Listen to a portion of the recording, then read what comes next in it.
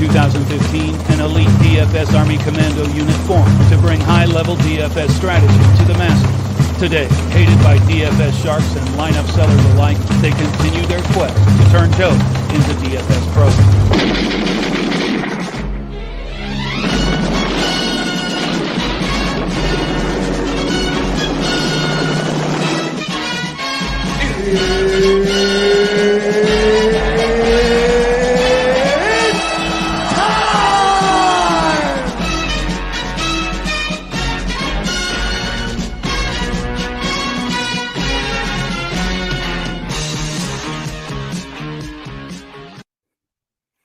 All right. What's up, everybody?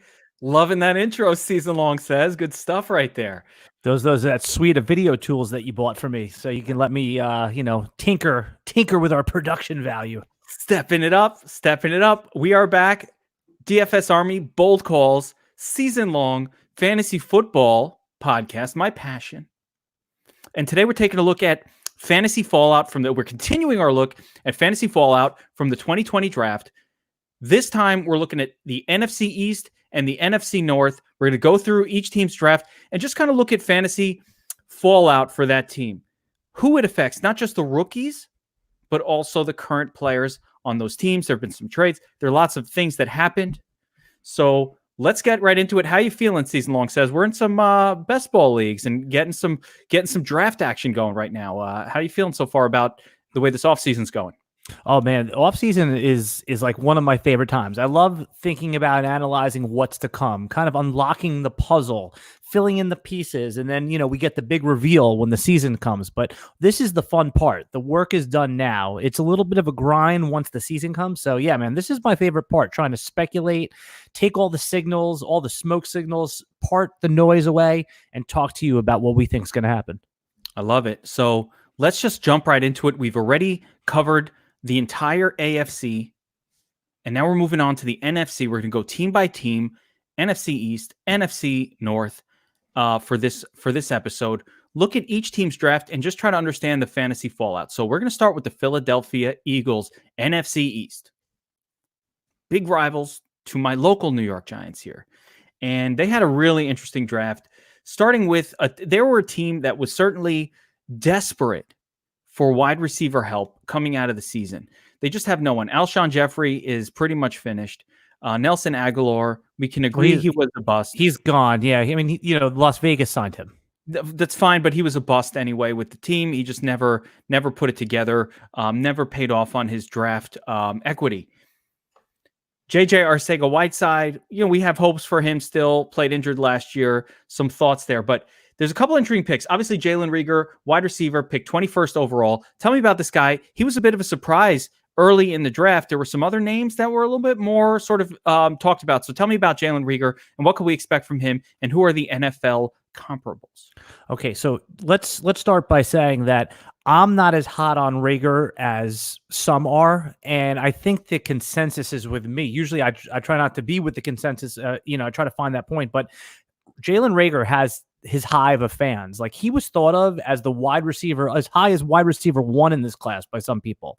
Like, respectable analysts that have good takes, and it's not a bad take, but there are people that are all in on Jalen Rieger. They think this is the greatest pick. They have him as the wide receiver 2 in this class for fantasy purposes. So I like Rieger. I just, he had a lot of drops at TCU. He's certainly fast, and he's got the draft capital now, and he certainly fits in well with what the Eagles are trying to do. So I respect the draft capital. I thought for sure he was going to be a real life second round pick. I thought maybe that the Jaguars would get him in the second round, but hey, we are where we are right now. You have to respect. He's a good, fast receiver. It looks like there's no obstacle to opportunity. He does the things that the other players on that team don't do. I mean, I put out a video today on JJ Arcega-Whiteside. I think that, I still believe in him, but he's a touchdown catcher. The two tight ends that they have there, Dallas Goedert and Zach Ertz, they work the middle of the field. There's no Jalen Rieger is probably not only deserves top 3 or 4 wide receiver in fantasy for the rookies. I think he deserves a redraft consideration, considering he's going to probably get at least 95 targets. Listen, man, to project targets for a rookie is difficult. But Does he 95 is replace not a Alshon? lot. I mean, is his 95 is job not- there? I mean, is his job there to replace Alshon Jeffrey? No, his job there is to he works the middle of the field well, but he's basically he could do what Deshaun Jackson does. Okay, he's the speedster. So, but Deshaun Jackson's still there. So we do have to see what happens with him. Jackson getting older, but with Rieger being a speedster type, you're saying, Yes. So that projects to help Carson Wentz a little bit out, just an extra weapon. I don't know. We'll have to see what he does this year. I don't know that he'll be drafted long before the last round of your season-long redraft league, but in redraft league, right? But in best ball, like you're going to see that he's going to go in like round 9, right? He'll be like one of the first rookies taken because of the perceived opportunity. Absolutely, and I do like that in best ball leagues where obviously we don't need production from day one. We just need any production at some point along the way. Now, interestingly, I mentioned Carson Wentz. The Eagles took a quarterback in round 2 and Jalen Hurts. Really interesting pick here. Wentz has a history of being injured. And so what is the Hurts pickup bode for Carson Wentz?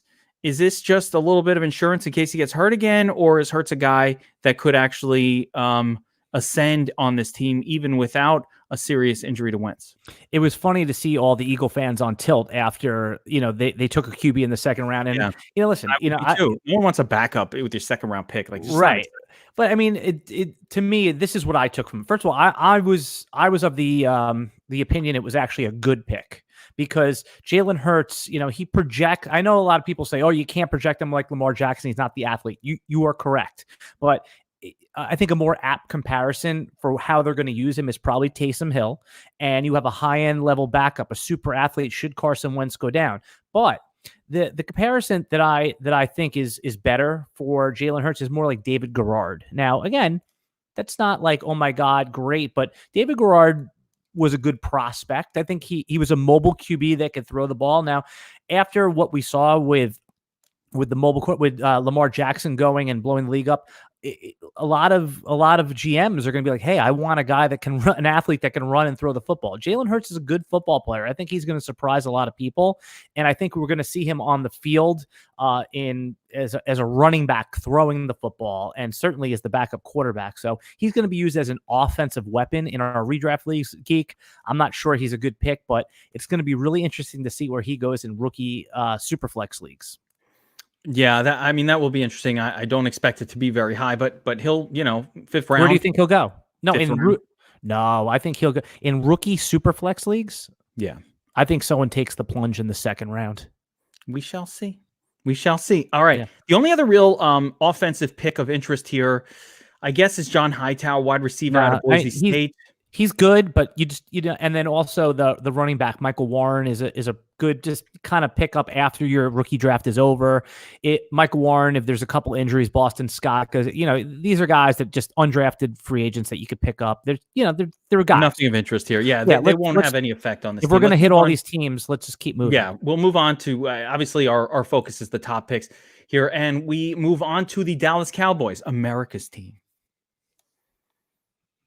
Now, the one thing that the Cowboys didn't need, besides maybe like a high-level running back, was another wide receiver. They've got a lot of talent in that area. And yet they went with CeeDee Lamb, pick number 17, fell into their lap. That's really the only offense that the Cowboys took. And so, I mean, what does it do for the value of Dak? What does it do for the value of Amari? What does it do for the value of Zeke, Blake Jarwin, that whole crew? A lot of effect here, and the biggest might be just the whole wide receiver core getting a bit of a downgrade with Dak, getting a bit of a straight upgrade. What say you, Season Long says? Yeah, I mean, I moved Dak up from 4 to 3 in my rankings. Obviously 2 QBs that you have ahead of him are going to be Lamar Jackson and Pat Mahomes, but Dak is squarely my 3. And not just because they picked CeeDee Lamb, but it's just that Dak is a running quarterback that usually gets you 2 to 4 rushing touchdowns a year. They have Zeke. They have a good offensive line. And now they have weaponry all over the field. And the defense isn't that good. And as you know, as a DFS guy, you want to target teams like that. I just don't see a way that Dak could fail other than, some sort of freak injury. I mean, And they didn't need that pick, but I think Jerry Jones is haunted that he passed on Randy Moss because he didn't need a wide receiver, and he regretted that. And when CeeDee Lamb was the highest prospect on their board, he pounced. That was smart to do. There was 16 blue chip players in this draft, and when the Falcons screwed up and took AJ Terrell, who was some people had as a 3rd round grade on him just to fill a need, they took a cornerback. Jerry Jones got instant wood in his pants, man. He's like, "Whoa, I'm going to get one of the blue chip guys. I'm in." And I think it was a smart pick, don't you? Yeah, I don't mind the pick at all. Also because it's just a lot cheaper to have a guy like CeeDee Lamb on your team for the next 5 years. They just paid Amari Cooper. There might be some regrets about paying him all that money, considering now maybe he's not as necessary, but maybe that avoids paying, I always forget his name, Galloway. Mike Gallup. Yeah, Gallup. Yeah, I always get him in Galloway. Mike Gallup, but maybe it allows him to avoid paying Mike Gallup in a couple of years. And, it just helps the entire team. The biggest threat to me for Dak production, because you mentioned that, is how good Zeke is or isn't. When Zeke's play is down, Dak's play goes up. When Zeke's play goes up, Dak's play goes down a little bit because Zeke hogs all the tutties. So that to me is the biggest threat to his production. But Zeke kind of fell off a little last year. Let's keep in mind also it's a new coach, Mike McCarthy. And what did Mike McCarthy's Packers do for many years? They threw on the goal line. They didn't always run up the gut. It was a lot of Aaron Rodgers throwing to his big wide receivers when they got down to the 2, the 3. And to the running back. But throwing. Yes. But throwing. That's my point. Like, Mike McCarthy teams have generally thrown inside the 5-yard line with a good quarterback. So, again, we don't know. It's going to be a new offense. I mean, do you think that Dak is warranted of the QB3 in redraft? Yeah, I think he's the comfortable QB3. There's discussion between him and Kyler Murray, but I think you go with Dak. He's a more known quantity, and also Murray's weapons are not as good. Like, I like Kyler Murray very much. I like the legs. I think he's a great 4th play off the board, but he doesn't have the weaponry that Dak has. He just does not have the same amount of weaponry. He has great weapons.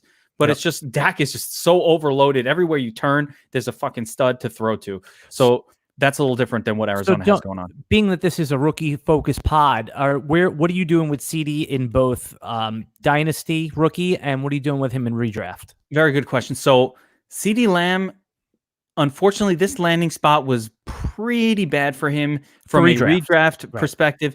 And a little bit for rookie. The talent is going to be there. So if you're willing to wait, and most people should be when you're drafting a wide receiver, it's going to take a couple of years for CeeDee Lamb to potentially emerge as the top guy on that team.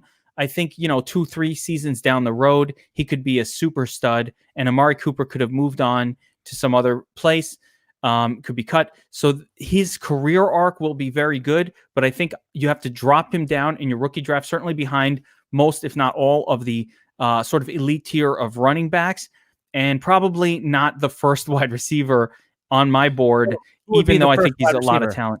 Listen, I think you've got to really think through the situations. Jerry Jeudy, he's in a crowded situation too, man. It's not as great as you would hope. Listen, some of the best situations, and this is the problem, the best wide receiver situations are the later picks. So, I mean, I don't have the list in front of me to make an evaluation, but some of the later picks were much better situations. Well, like the Michael Pittmans of the world, and some of these guys that went to teams. But you're not going to take those. You're not going to move them ahead. Yeah. No. So, but here's also remember, and I told you this offline today. Remember when Julio Jones was drafted, and everyone was saying, "Oh, Roddy White's there. It's a bad situation for Julio Jones. Julio Jones is going to be the number 2 or number 3." And they also had Tony Gonzalez at the time too. And everyone's like, "Oh, Tony Gonzalez, he's a target hog," and Roddy White, Julio Jones is a bit. And by game 5, it was obvious that Julio Jones was going to be a Mount Rushmore wide receiver. I mean, Julio Jones ends up being one of the top 3 wide receivers of all time.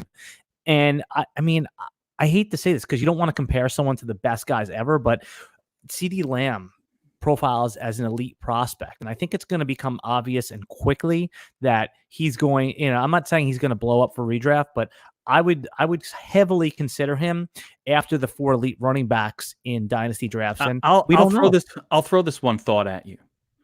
The dynasty leagues are filled with the tiers of former elite wide receiver prospects that did not pan out. So we could call him elite all day. You know who else was elite? Corey Davis. Who else was elite? I said an elite prospect. Well, that's what I'm saying. All of these elite prospects, the failure rate is astounding. I mean, first round wide receiver, top pick off the board. Yeah, well, he failed at a spectacular rate. Yep, that's Henry Ruggs, but I mean, they failed at a spectacular rate. This is not there's no certainty when you're picking a wide receiver in your dynasty rookie draft. I don't give a fuck who he is. Yep, absolutely. Okay, we got to keep it moving. Make sure you're pacing us properly here so we can get done. There we go. All right, let's roll. My beloved, not really, I'm a Jets fan, but my local New York Giants did not do much to improve their offense outside of taking some tackles and helping the offensive line.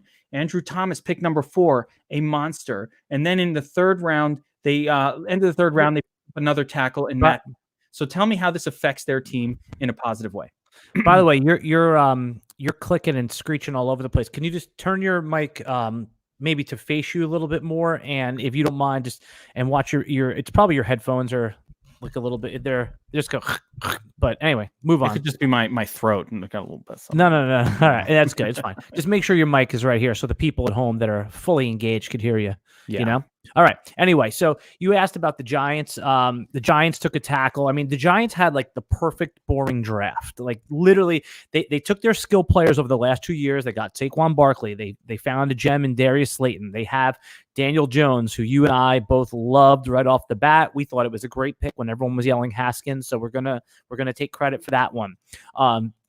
The skill players are there. Golden Tate, as boring and as horrible as he is a amazing football player and is a perfect security blanket. We like Evan Engram when he's healthy, and if we don't, who do we like to back him up? Who came on last year? Baby, Caden Smith came on and looks like a star. So we like him as well. All right. Case Mizzles. So need a nickname for him, like Cade Rock. K-Rock. All right, we'll figure it out. We'll figure something out for Caden Smith. Yeah. All right, turn that gain down because you're cracking every time you talk. But it's it. Anyway, so that sets up perfectly for the Giants. I like the Giants as a bounce back team. I like their offense this year. Nothing doing on the rookie front, so we won't spend too much time. But I think that what they did was fortify their team enough for their rookies to produce. Barkley again got hurt last year. Evan Engram was hurt last year. I think Daniel Jones is squarely in my top 10 in redraft, certainly in Dynasty. I'll have Daniel Jones ahead of Tom Brady and that tier as well. Like he'll be my QB 10 ahead of Matt Ryan. He'll be right there neck and neck with Aaron Rodgers. Couldn't agree more. Love the Giants. Better, by the way. Love. Oh, there we go. Turned it down. Love the Giants offense as a whole across the board. The help at offensive line is most definitely going to help Saquon Barkley do a little bit more. Their offensive line really, really had some issues last season. Certainly, the return of Evan Engram, the emergence of Caden Smith as a potential secondary weapon last year, and Danny Dimes coming back on a second year, a little more experience. All of that just bodes well. Lift up the entirety of the Giants offense for draft purposes. To where, I mean, I think it doesn't even matter. Saquon Barkley is the consensus number 2 pick in your draft when you're drafting the season, unless it's some sort of super flex situation where you have to weigh the quarterbacks. And I think Darius Slayton is probably one of the best sleepers on the entire board. He's a WR3. He's a guy that you'll get as your first or second bench pick, and a guy that you're going to be really, really excited to have. So definitely a situation that we're going to look forward to here going forward with the Giants. Let's move on to the next team on the docket here. NFC East, Washington Redskins. Ooh, now, a lot of goodies here. Little goodies, little goodies laid in here. So a Redskins, team with no wide receivers on the roster. No, what are you talking about? They drafted. They had no one before the draft. Oh, okay. They had Terry McLaurin was on there. Oh yeah, well, that's right. Scary Terry. I forgot about Terry. But they've added some wide receivers. That's right. Actually, Terry's great, man. How the fuck did I forget him? Jeez, what am I thinking? But they have added some talent here. Second round pick, Antonio Gibson. 4th round pick, a guy I know you like a lot, Antonio Gandy Golden.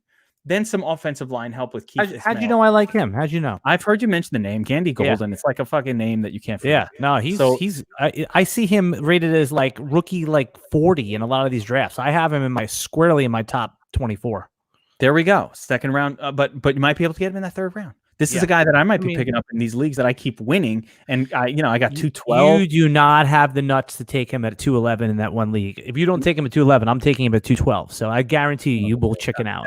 I'm definitely taking him ahead of you. Depends on who's on the board. If you could do it, you could do it. You know what's up. So, Tony Gibson, Tony Gandy Golden, lots of Tonys on the Redskins.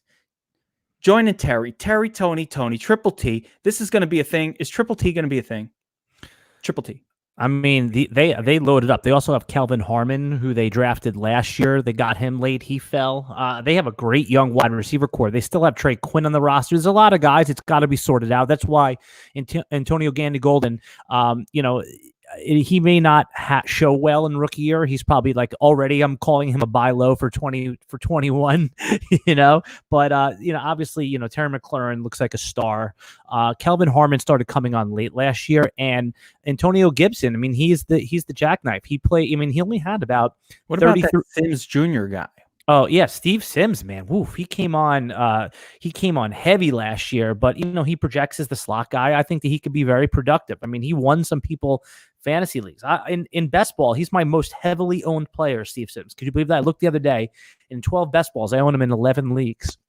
Getting him in like the 19th round. Not anymore, though. Not anymore. I used to. Now he's creeping up to like the 13th now. Yeah, but I mean, be careful with paying too much for that guy. But so here we go. Is this enough? Now they didn't add anything at running back. So let's what is the running back? We've got the Geis coming back. Gets hurt a lot. You've got Antonio, you got AP, the corpse of him hanging around. What's going on? And what's going on with this running back situation? Yeah, well, it's very interesting. So let's go over their running back room real quick. We know 36-year-old Adrian Peterson's there. If he's on the team, he's going to get some carries. Darius Geis, you and I both have high hopes for. Now, it's nothing to do with performance. I mean, if Darius Geis is healthy, he's going to be a top 18 running back, right? I mean, he's probably even higher than that. It's just that he has not been able to stay healthy. Now we get into the nitty-gritty of their running back room. Antonio Gibson, who is, again, he's a wide receiver, he's a running back, he's both. I mean, he only had about 33 career carries in college. Not a lot, but what he did with them was just so good if you check out his tape. Then they got journeyman Peyton Barber on the team, who's just a complete buzzkill. And it's a crowded running back room with clear tier 1 talent. The biggest worry for Geis is that is Adrian Peterson. But also, let's remember, in the 4th round last year, they drafted Bryce Love. And Bryce Love was projected to be the number 1 running back in that class. But the year before he came out, decided to stay at school, tore his ACL. Ended up going in the 4th round. So I think Bryce Love is the backup plan that they have in place for possibly. For I mean, that's really what they have going on. He's another injury-prone guy that was literally projected to be the RB1 and tore his ACL. I mean, if he's recovered, he's a home run. They're figuring if Geis can't do it, at least Love will be back. He should be full strength, and he'll be our guy. And again, Peterson is who he is at this point. He's Frank Gore. He's a 3-yard grinder type. He does not have anything more to bring to the table than experience and just been pretty fucking durable, shockingly. But he's not the future. He can't catch passes. So it'd be interesting to see how that comes together. But I do think you can get Geis and Love really late in drafts. Geis very late, and then Love right at the end of even a best ball or very late in one. Back it up. Have those 2 guys on your best ball team. One of them should emerge as something useful. All right, let's move on to the Packers. Packers, desperate. All we need. Can I interrupt you one more time, though? Try, because you're crackling all over the place. Just turn that gain down and then turn your mic up this way, like how I have it, and you'll sound like a super rock star. I'm telling you. I really don't think it's going to do anything. All right, because I'm hearing crackling. Hey, you guys that are listening, are you hearing crackling, or is it just in my headphones? You can answer us in the chat. Anyway, go ahead. A little crackling in your brain. Yeah, no, you're good now, man. You're good now. Go ahead. All right, so let's talk about the Packers, a team desperate for wide receiver help, desperate for pass catchers. Got to help Aaron Rodgers out. He's coming towards the tail end of his career, 36 years old. It's time to make a run. What do? They trade up to get not CeeDee Lamb. No, But the lead. must be Jerry Jeudy. Not Jerry Jeudy. No. All right. Did we get Ruggs? Nope. Not who do we get? A fucking backup quarterback. What? That's right. So instead of helping out Aaron Rodgers, and then to make matters worse, in round 2, there's still a lot of talent because it's the deepest wide receiver draft ever. This was the one that was more puzzling to me, getting the running back in round 2. Ever. Great. Who's still on the board at number 62? Oh, there was plenty of receivers. There was Lots of receivers talent. into round 3, man. Lots of talent. Instead, they go for A.J. Dillon, a potential replacement for Aaron Jones. So basically, the Packers told with these 2 picks, they got a future quarterback, a future running back. They basically told their actual team, we don't care that much about this year. We're drafting for the future, and we're drafting your replacements. Good luck this season. What the fuck is this? And if I'm a Packers fan, on a scale of I bet Packers fans fall into 2 categories. One category is like, I'm all about team and it's building for the future and this is wonderful. And long-term, we're going to love these moves. And then the short-term fan who wanted to win this year is like, what? Basically like a Jets fan right now, just angry, Right. not knowing what the hell's going on. Without even looking, do you know what the Packers' record was last year? Don't look. I'm going to say 9-7. Packers were 13-3 last year, dude. See, I don't even remember. No, I'm saying nobody does. I've asked that question. They were the 2 seed heading into the playoffs. That's right. You're not alone. It wasn't a gotcha moment. I've asked that question to about 10 people, really smart guys like yourself, football people who pay attention, and people are like, oh yeah, they were 10-6, or were they didn't win 11. No, they're not. They won 13 games last year. They are an elite team in the NFC and didn't do anything to win now in a short window. It's puzzling, right? I mean, that's the reason I asked you that question, is because it even adds on to the more mind-boggling. I do remember, yeah, the NFC was just weird. The Bears were so terrible, and That's the crazy, Lions right? were so down last year, and the Vikings just took losses. So the Vikings were good, but The 49ers and the Packers, and the Saints. I Those are remember the now. 3 And teams. being shocked even at the time that they had the bye week. So that's right, man. Rona, but nonetheless. Fucking Rona, man. It's got my mind scrambled. No, dude, you are not alone. There's a lot of, like I said, a lot of people that it's totally forgot that they are ready to win now, and that because it was a down year also for Aaron Rodgers and right.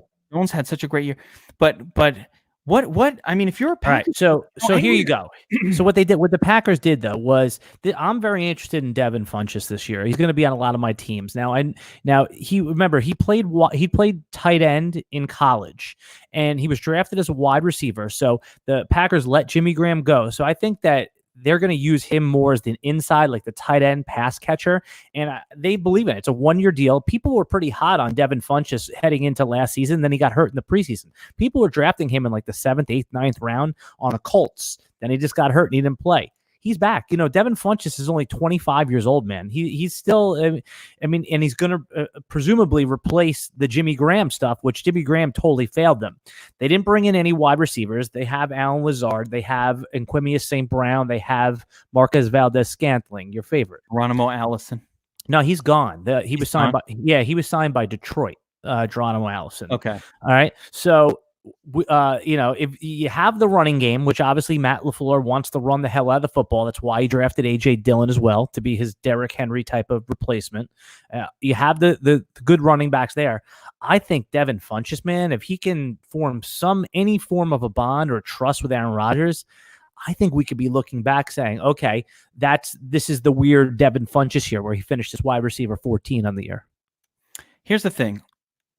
We had this narrative with Funchess last year. He's finally escaping the inaccuracy of Cam Newton and going somewhere with a real quarterback. And the whole Colts thing was just a disaster, obviously, for many, many reasons.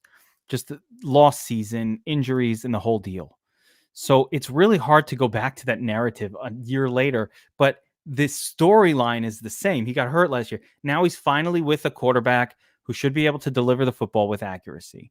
Again, if you watch Cam Newton as a quarterback, accuracy is just not what he does. There's a reason why they kept drafting these gigantic tight ends and trying to make them wide receivers, because Newton overthrows every fucking pass, and you need somebody who could jump up and catch his inaccurate throw.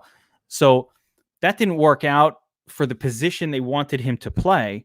But maybe Aaron Rodgers is much more accurate. Aaron Rodgers is the master, really the master of the, of the over-the-shoulder throw. What the fuck do they call it? The little sidearm thing, or the jump pass, the back shoulder pass. Oh, the back shoulder throw. Right. Yes, he's the master of it, and that's kind of a thing that you could see someone like Funchess excelling at. Just go deep. Use your body, use your size, block out the defender. It's unstoppable in many ways. So we'll see if they could get that going, but it's speculative. I love him as one of the last picks in your best ball draft as well. He's now in like the low teens. He's like a 12th round pick at this point, but worth it. And in your regular drafts, he's probably going to go later than that. In our dynasty startup, I just got him in like the 17th or 22nd round or something like that. The very end, he was still floating around. No one liked the name because he just didn't do much. So should be an interesting play there. All right, let's. I also think Jace Sternberger is an interesting prospect at tight end. And they drafted a tight end too. Yeah, I know that. But Jace is somebody I think they're grooming to be the pass catching tight end. But Rodgers has never really produced well to the tight end position, so I don't think I want to.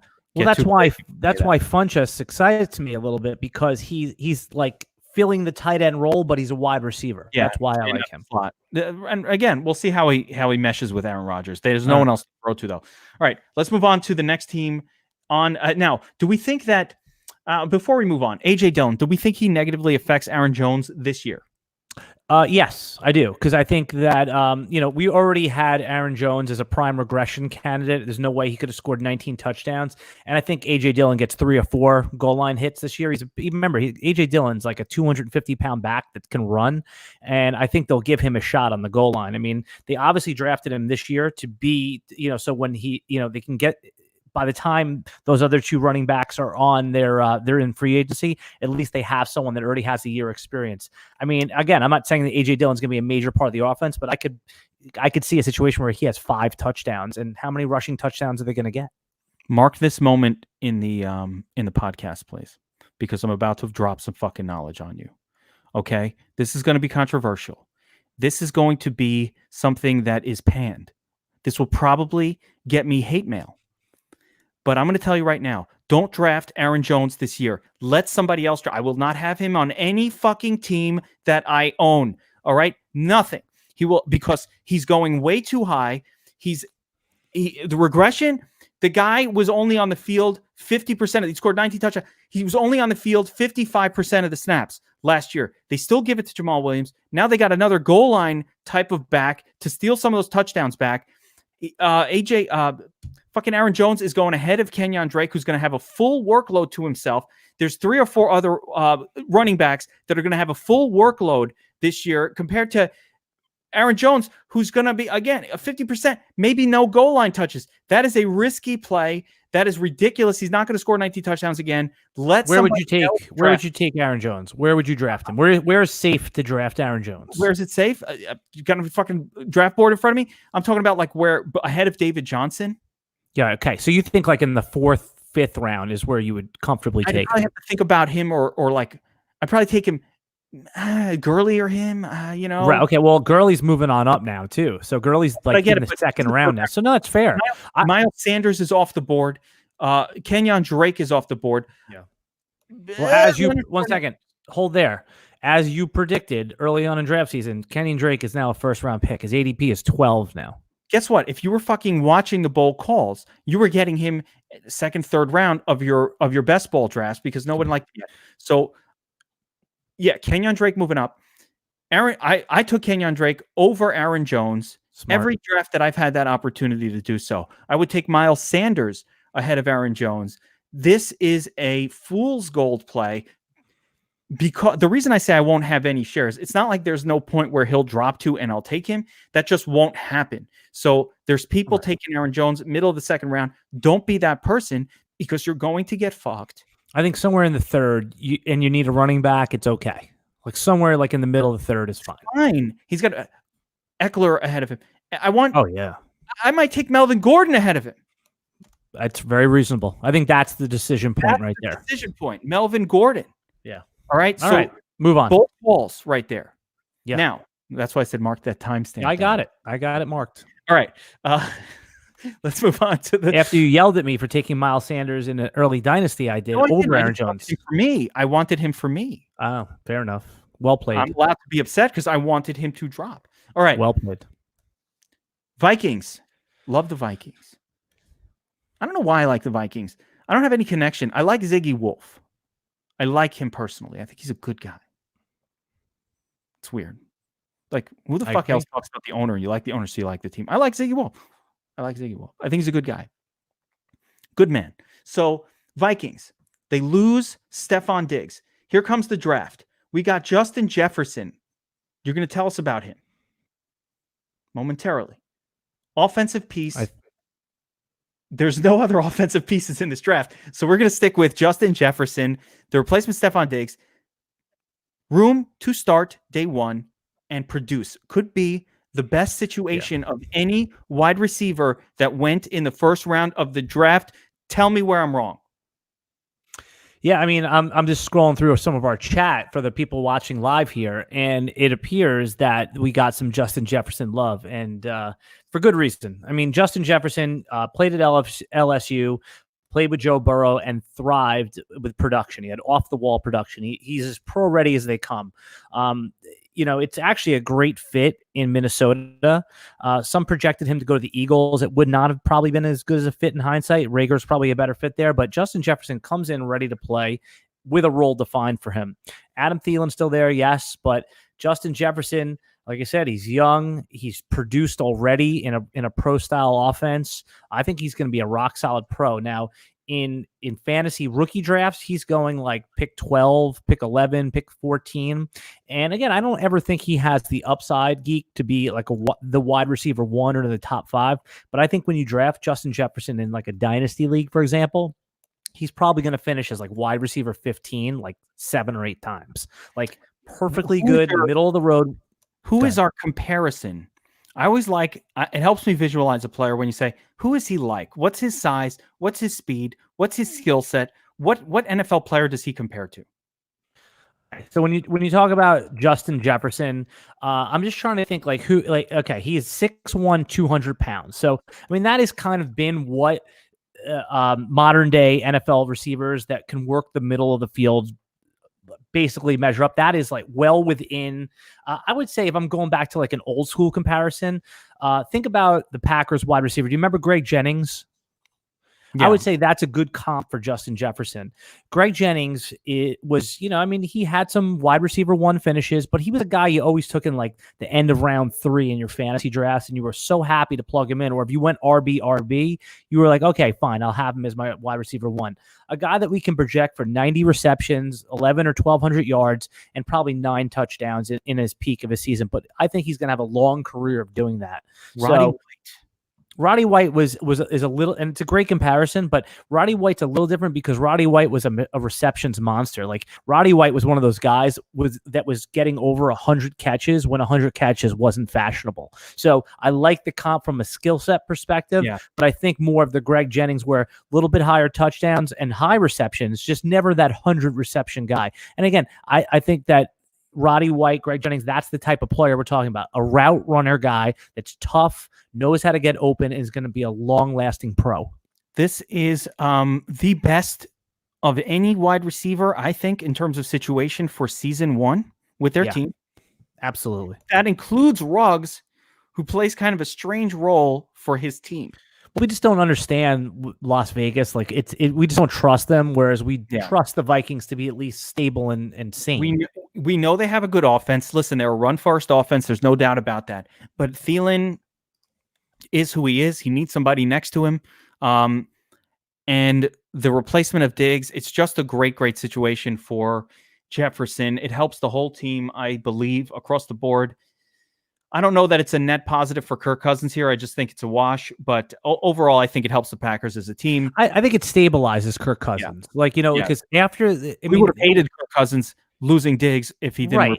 Like, for example, right, exactly. If they had because they signed Tajay Sharp, and if that was their number 2, I would have been off Cousins completely. At least in Superflex leagues, that you get a stable QB2, and if you're playing punt the quarterback, you could pair Cousins with Ben Roethlisberger and a couple other guys at the end of your draft. There we go. Let's keep going. NFC North, baby. How many more we have to go? Just a couple teams, man. We're on good track. We've got 2 teams left. So we're in great time shape here. We might fucking do the West. The South, fucking knock out the whole NFC. No. We got a 2-part. Keep them wanting more. Got to keep them waiting. All right. Chicago Bears, the league's best GM. The guy who passed up on stud after stud to take Mitch Trubisky. Moved up to take Trubisky. Because Ryan Pace, your boy. God forbid Mahomes would have fallen to him. Or somebody. Wait, who was in that draft? Was that Deshaun Watson? Deshaun Watson, Mahomes. I mean, it's brutal. We have a lot of Bears fans that watch, and just you know what the GM said the other day? Quote, "We still believe in Mitch." Why? Well, he made the pick. He made the pick. That's why. Still believe in Mitch. All right. Fucking crazy. All right. So they did not have a first round pick. What did they do for that first round pick? That was part of I can't believe it. That was part of they traded for the defensive player from the Raiders. I can't believe it. Oh yeah. Why is his name slipping my mind? I can't believe I forgot. He's one of the best. Okay. Khalil Mack. Khalil Mack. Sorry. Oh my God. I can't believe. Hang off. I'm talking here. Yeah. So it was 2 first round picks. This was the other one. That's why they didn't get him. So no help for offense at all in this draft for the Bears. They got a wide receiver in 5. I mean, I love Allen Robinson regardless of who the quarterback is. He's proved over and over again that he can play with draft effects, though. There was no help for the offense in this draft. None whatsoever. Yeah. The Bears offense doesn't need help, though, for what you just said. Allen Robinson, clear stud. One of the better and most underrated wide receivers in the National Football League right now. I know you're a big Anthony Miller fan. Yeah, oh yeah, totally. And my question to you is, doesn't this team, isn't this the type of team that could have used Cam Newton? Instead, they go pay a 4th round pick for Nick Foles. How about Jameis Winston? Any of them. It just feels like, I mean, I don't know. I don't think we need to talk about them too much since we were talking about the rookies and the rookie fallout and all that kind of stuff. So. They needed a quarterback. They got Nick Foles. They paid Nick Foles. Wait. They paid Nick Foles when Jameis Winston was out there for nothing. Pretty much. They paid a 4th round pick to Jacksonville. Jacksonville should have paid them to take him away. Instead, they pay a 4th round pick for a guy with a massive contract. This is some of the worst GMing. Chicago, call me. Okay? When you want your team to stop sucking, call me. I will take over that fucking team and we'll turn it around. That's how bad that guy is. That's somewhere to go but up.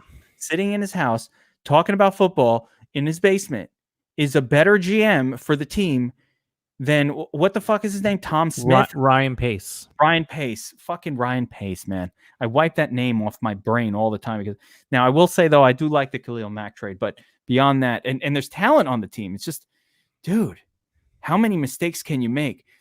You had free quarterbacks of it. Why are you trading? No, it was bad. Let's move on. He was such a failure in Jackson. Oh, whatever. Next. All right. Sorry, Bears fans. Sorry. You have a terrible GM. All right. Let's move on to the next team. Detroit Lions, NFC North. Matt Stafford has a bad back, dude. His back is no good. When your back starts to go, ask T-Rom. T-Rom, one of my favorite players in the NFL for many years. Not a Cowboys fan, just a Tony Romo fan. It was mostly because he dated Jessica Simpson and I thought he was a pimp. But realistically, I also love the way that Tony Romo would stand in the face of pressure, deliver with accuracy, and take the hit, right? The problem was when you do that, you fuck your body up. So T-Rom career ended too early. Matt Stafford starting to have those back issues. Back issues, not something that goes away. My back hurts. It's been hurting me for like 7 years. It never went away. Like, is it my pillow? I don't fucking know. I changed my mattress. Same shit. It hurts. All right. You got back problems. It doesn't go away. So I'm concerned about Matt Stafford. There's no backup plan in place over there. And looking at their draft here, they certainly didn't draft a backup plan that I can see. Another team that a Jameis Winston would have, or an Andy Dalton, or somebody in place would have been nice. Just like all these teams. Matt Stafford looked really good before the injury last year, and I agree with everything said. So if they feel he's healthy, then let's roll with him. They still have, I think, David Blau on the roster as the backup, who didn't look bad in one game. I mean, listen, it's the backup quarterback. A lot of teams aren't going to have a backup quarterback. They're dead if he gets hurt. But what they did do was take my number 1 overall running back, DeAndre Swift, early in the second round, which I like a lot.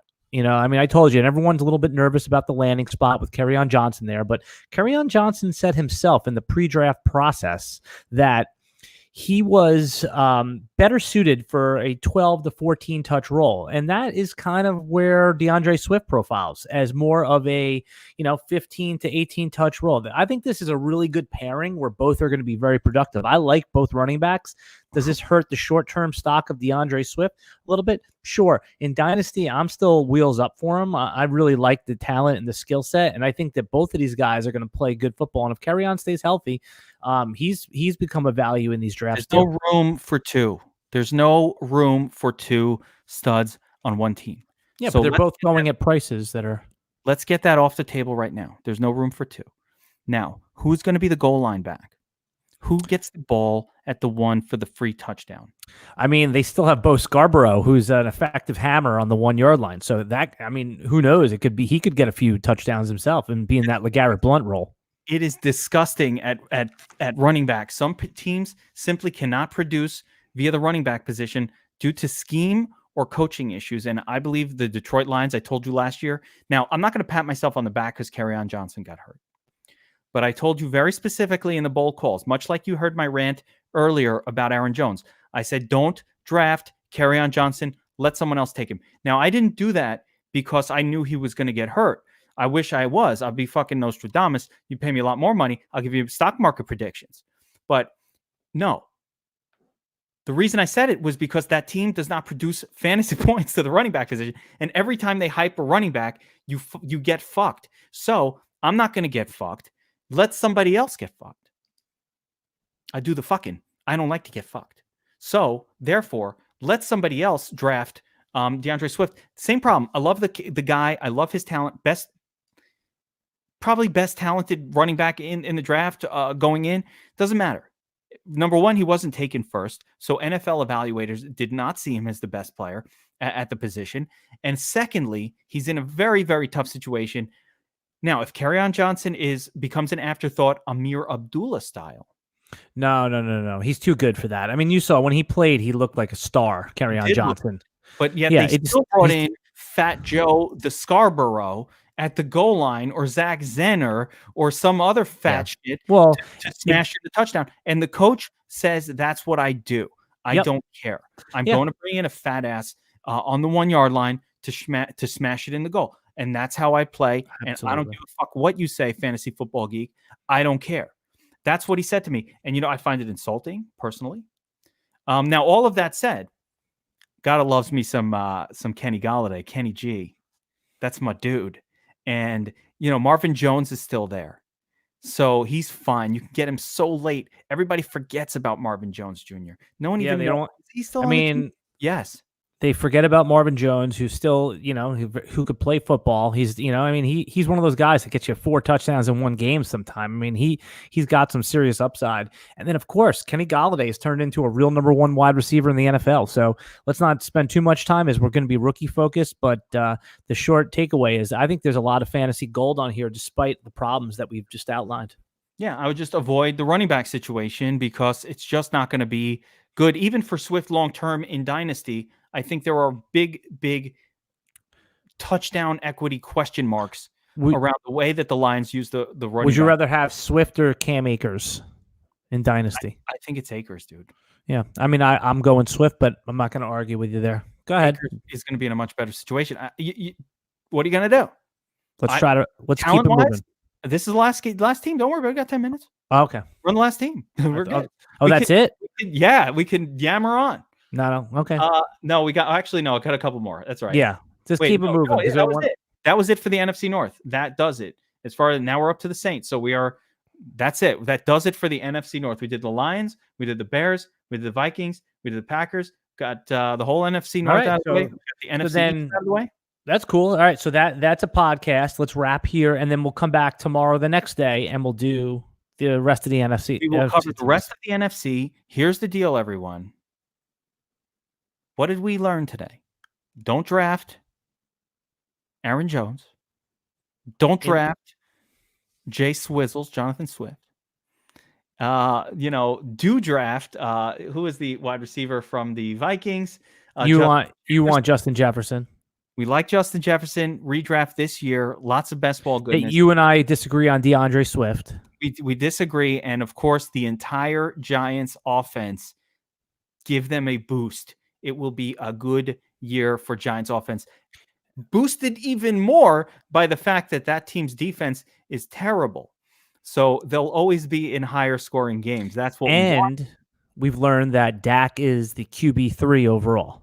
Dak is the QB3 overall, and we love Danny Dimes as a top 10 for sure, top 10, and there's room to move up. Really great stuff. Again, we are doing this all off season. We are rolling it into the season. We're going through the draft. Next up, we'll talk about rookie, your actual dynasty rookie draft. And of course, from there, we're going to get into our best ball coverage. There are places to play best ball. We loved draft last year and the year before that. I miss it. I don't believe it will be back. So we're going to have to deal with some of these other sites. And we're looking into a few of them that host best ball leagues. MFL is one of them. There's some other ones floating around. I'm still vetting whether I think they're recommendable or not based on, really, I like to do a little digging and just make sure that our money's safe. So there's a couple of Hey, you can still hear me, by the way, right? I can hear you, but I can't see you. Yeah, because my thing froze. I don't even know if I'm going to be able to turn it off. So keep talking until I figure this out. Don't worry, you figure that out. And for those of you listening at home, I hope you enjoyed the new intro. That was awesome. Says, well done. Make sure to like and subscribe to this channel wherever you're listening to us right now. That's how we know that you're watching this. That's how that we know that you're listening to these podcasts, these breakdowns. And that's how you get notified when we do the next one. So our fantasy football video content, it's always free. You just have to like and subscribe. We'll do Q&A. We'll have stardom, situm stuff. Make sure you've got that going. And if you want to get our full blast rankings, go to DFSARMY.com. We cover everything at DFS Army, of course, daily fantasy sports specialists. We've got Korean baseball going right now. We've got League of Legends, esports, Call of Duty, esports. We've got MMA, 3 cards in the next week. We've got it full covered with our optimizer projections, breakdowns, the sharpest analysts in the world. NASCAR coming back next week. We are known for our NASCAR coverage, optimizer, projections, cheat sheet from pros. Everything you need to be awesome at daily fantasy sports. Go to DFSARMY.com. Sign up as a VIP that gets all sports covered. The price of VIP is going up massively when the sports come back. A lot of reason is because we've added about 7 different sports that we now have to cover, and shit, it's expensive to cover all those sports.